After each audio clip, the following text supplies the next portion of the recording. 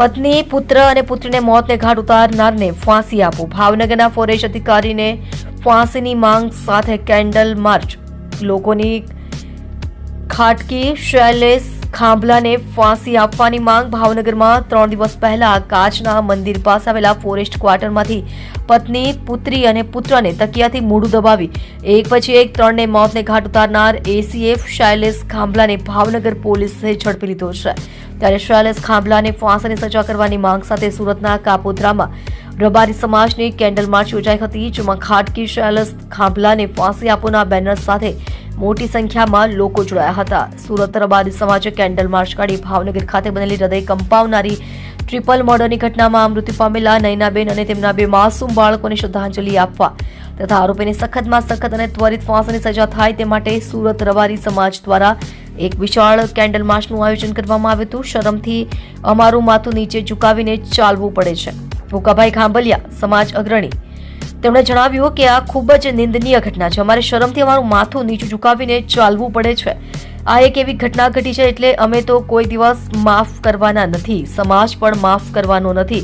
અમે તો એવું જ કહીએ છીએ કે અમદાવાદની ઘટના જે બની છે, જે સાયકો કિલરનું જે રીતે પોલીસ એન્કાઉન્ટર કર્યું છે એ જ પ્રમાણે આ ઘટનાને કરે.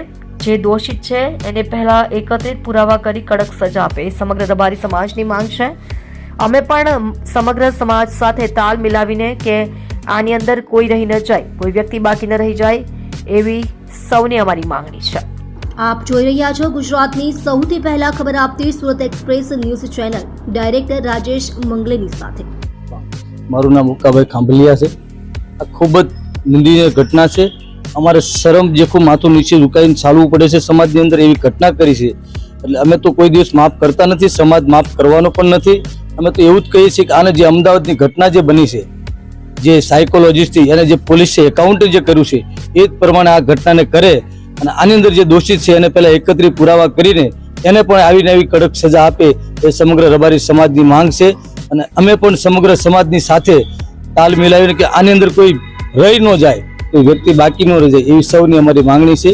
તો સુરતમાં આજે કઈ રીતનો સુરતમાં સમગ્ર સમાજ જે ગોતવા માટે એમને 10 દિવસ માટે થોડી મહેનત કરી હતી.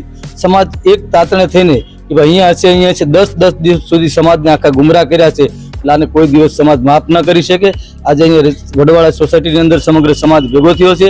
અહીંયાથી કેન્ડલ માર્ચ લઈને અમે વડવાળા સર્કલ સુધી જઈને બાળકો અને જે બેન છે એમને દિવ્ય આત્માને શાંતિ વડવાળા દેવ આપે એ જ પ્રાર્થના માટે અમે સૌ ભેગા થયા છીએ. અને આવા આરોપી કોઈ સમાજનો હોતો નથી. આ માનવ જાત માટે